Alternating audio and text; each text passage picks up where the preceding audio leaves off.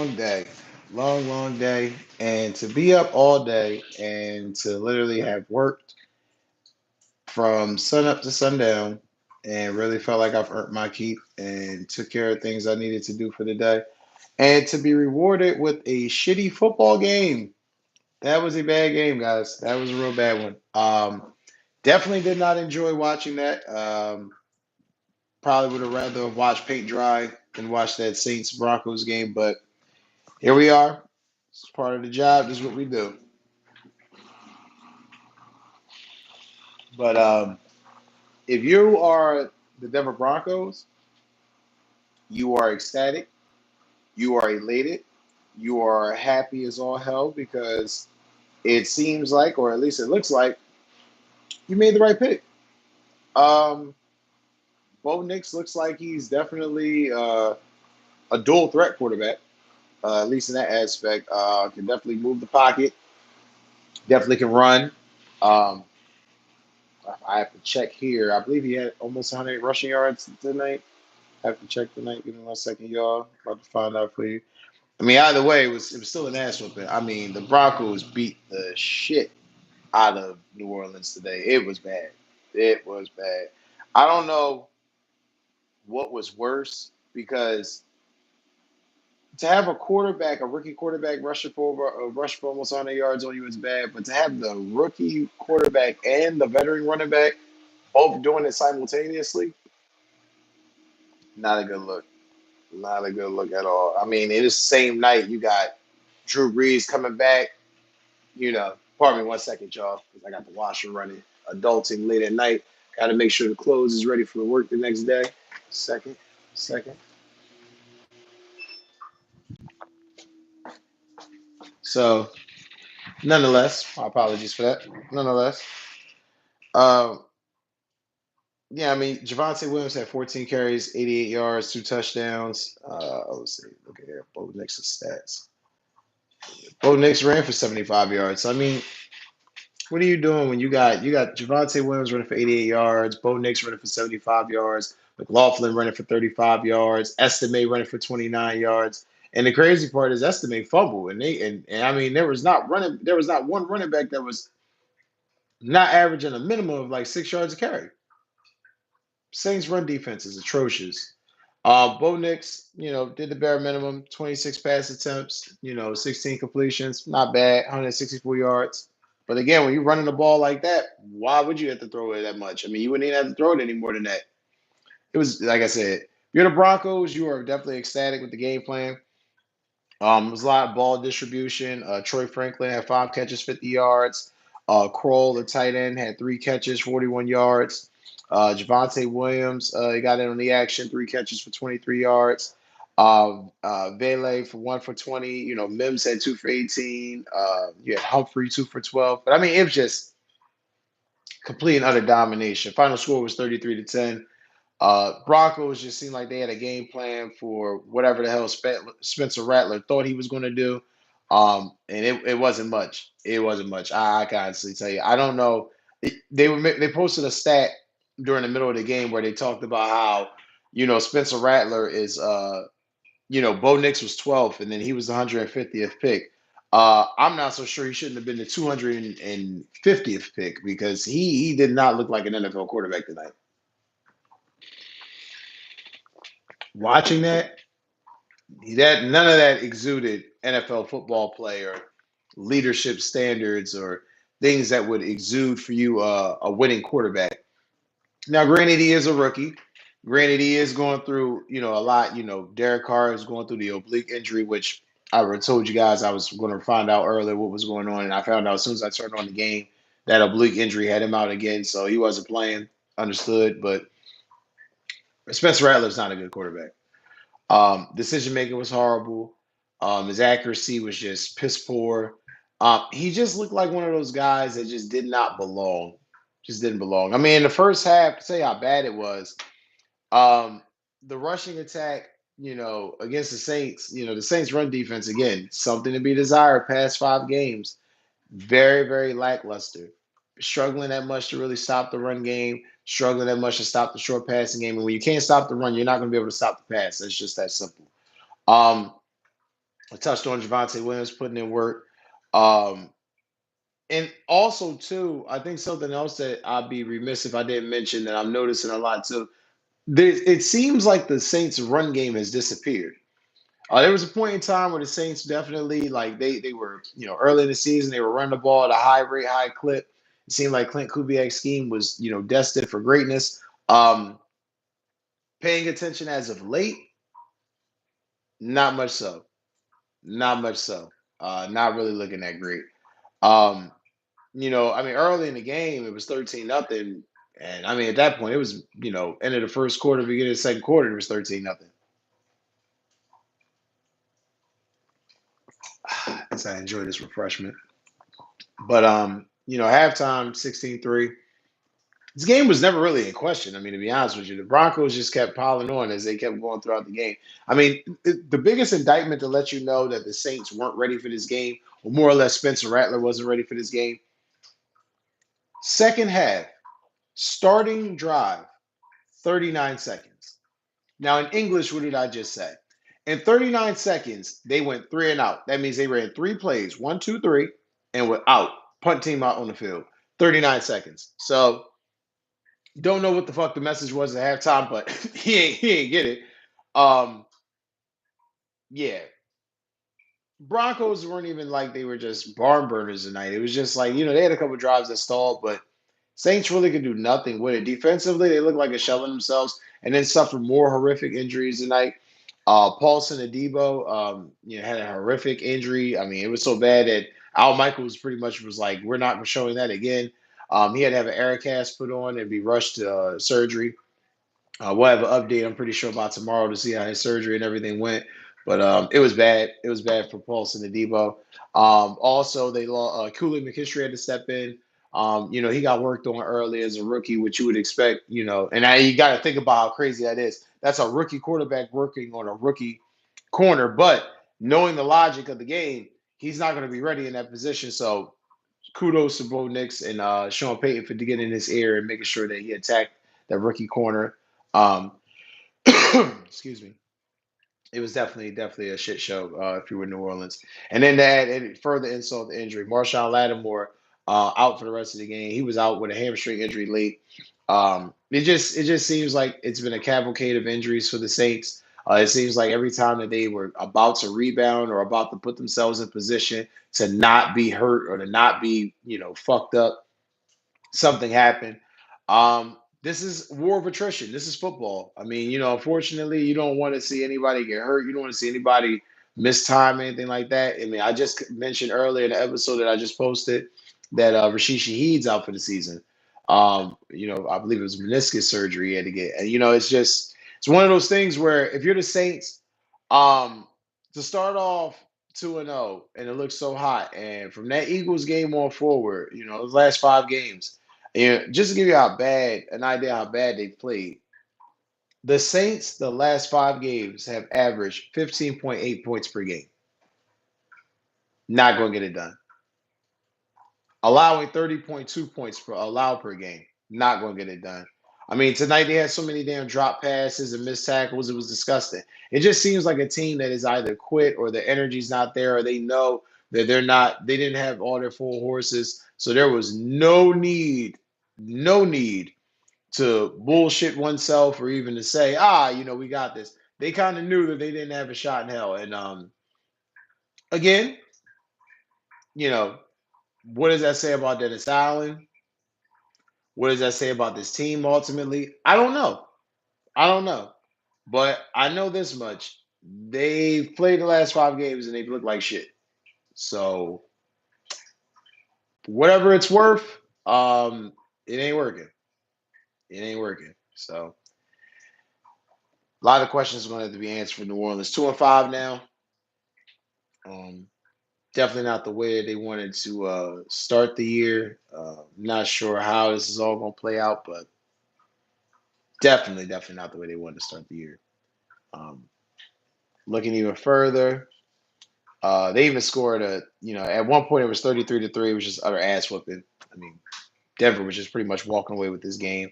They scored a late garbage touchdown, made it 33-10. gave the fans a little something to cheer about. But all in all, Sean Payton walked out flawless and victorious in the Sean Payton Bowl. It was dope to see Drew Brees get honored. And, something I definitely wanted to touch on, I think was a commented on earlier in the week by Cameron Jordan. He definitely has been getting catching hell for this. Um, Cameron Jordan said that, in his opinion, Drew Brees is the best quarterback of all time. Now, I don't subscribe to that theory. Now, contrary to popular belief, a lot of people that know me, my brothers, friends of mine that know, people that you will see that'll later be on the show at some point, they can attest and tell you that I've always felt like Drew Brees was a better quarterback than Tom Brady. I always felt like Tom Brady had the best of the best. He had the best coaching, he had better defense, he had a better running game than a lot of these guys. And, it's not Tom Brady's fault, but at the same time, it's one of those things where it's like, okay, well, shit. You didn't really have to struggle. Whereas a guy like Drew Brees, let's be honest, when he went into New Orleans, it was a fucking disaster. I mean, New Orleans was literally under construction when he got there.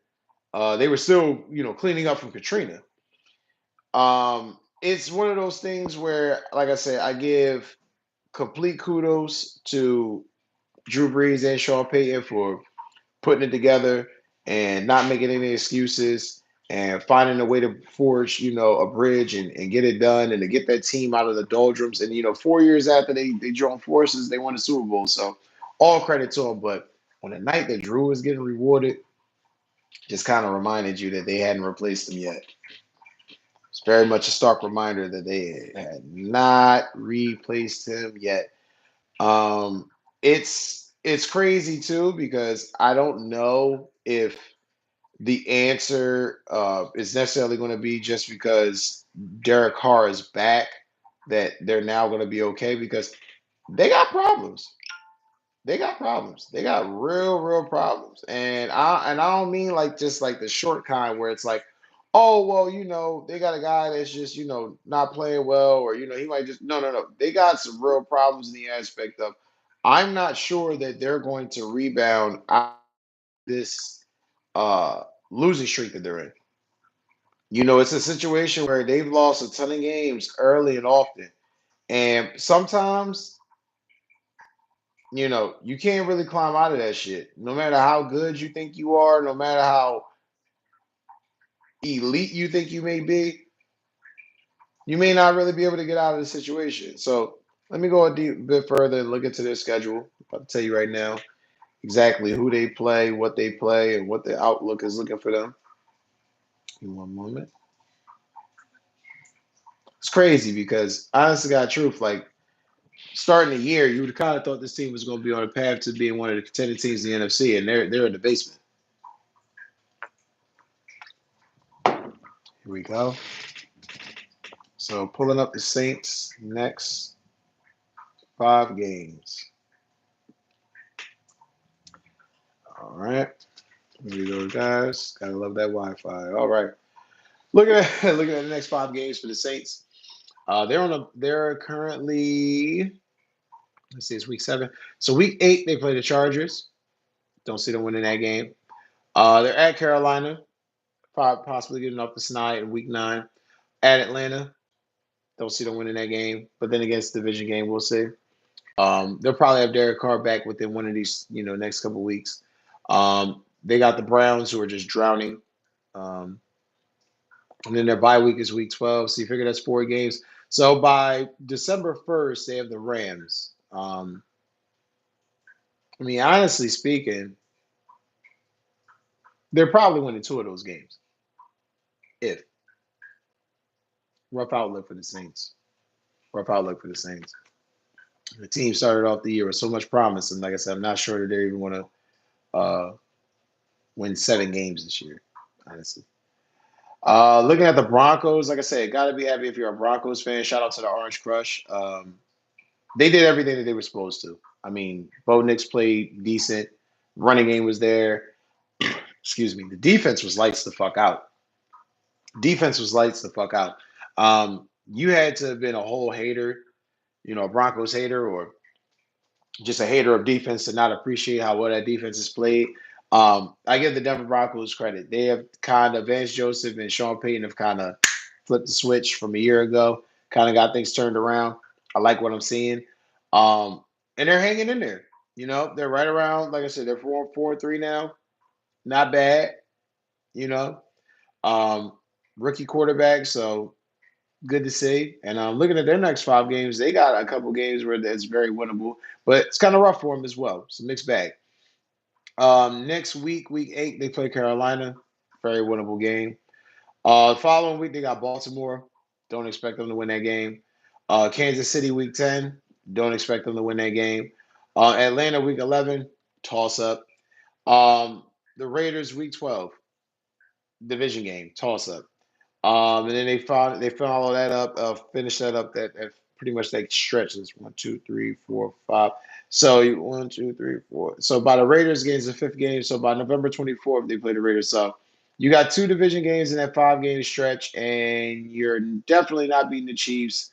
Definitely not beating Baltimore. So you got to hope to win at least 1 or 2 games in that stretch. So again, Broncos are in kind of a similar predicament, but because of how well they've been playing defensively and how good their running game has been, again, they're not going to probably be able to sneakily win a game like they did this tonight. Where your wide receivers didn't really give you shit type of production, and it's pretty much rushing, from the quarterback and the running back, and that's how you win.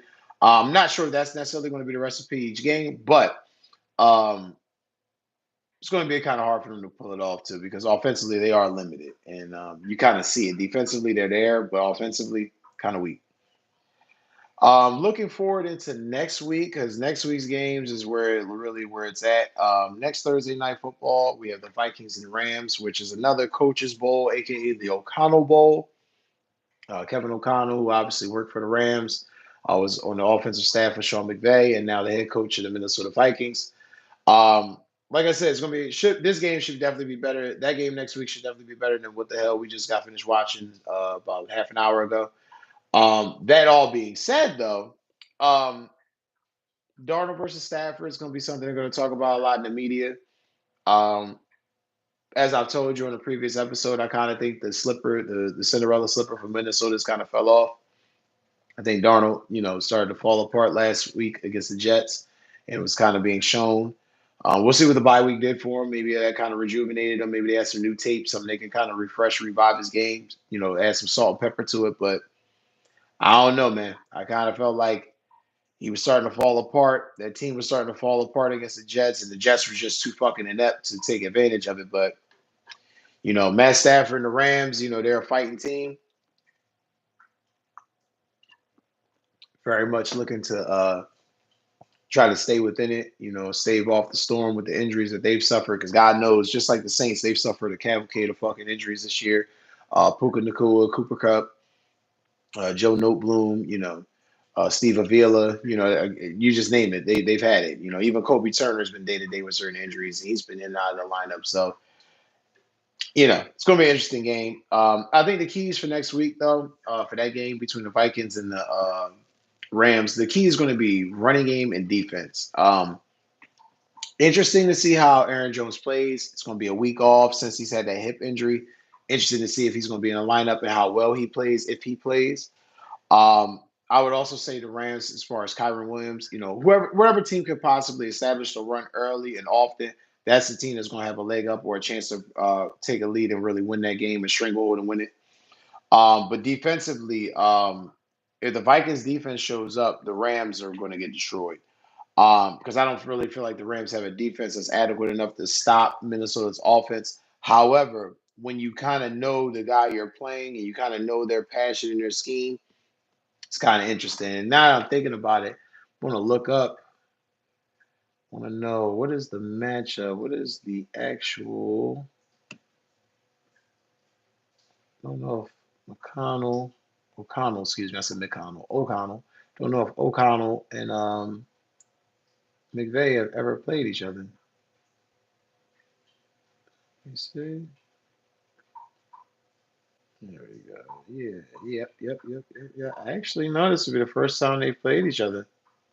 It's the first time they play each other, so it's gonna be interesting. It's gonna be very interesting. So I don't know how it's gonna play out myself. I'm definitely gonna watch though. I know that for a fact. It's gonna be hard for me not to because in this day and age, when you're talking about shit, you're talking about offense. Sean McVay, Kevin O'Connell, the way they've kind of been, grooming quarterbacks, as of late, it's going to be kind of hard to not really pay that any mind or any attention. So I'm definitely going to be watching. But it's been a long day, guys. It's been a long day. Started work early this morning. I had a class I had to attend to. Notes, getting everything situated. And then right after this, had to go into recording. So I was definitely happy. It's definitely been a great day. Feel like I got a lot accomplished. But more importantly, I felt glad that I was able to bring this content to you guys as always, because without you, this show wouldn't exist and the show wouldn't really have been clucking and blowing up the way it's supposed to. And again, I thank you all. Again, like, share, and subscribe. Check the show out on Apple Podcasts, Spotify, and on Substack. Like I said, we're going to be expanding to some more platforms. You're going to see the stuff, some more things added to the show. I'm definitely excited about that. Um, there'll be another episode coming, I believe, this weekend. Check YouTube on Saturday, guys. I definitely have something posted, especially with the weather changing and get colder. Everybody gonna be in the house, so definitely gonna be needing something to plug into. Why not plug into the Blunt Talk Sports Podcast? As I said, guys, it's gonna wrap it up for this live edition of the show. It's the reaction from the Broncos and Saints, utter ass whipping, blowout of demolition of the New Orleans Saints. Like I said, they got problems. Anyway, like, share, and subscribe. Take care, guys. Enjoy the rest of your night and enjoy your weekend. I'll see you Saturday.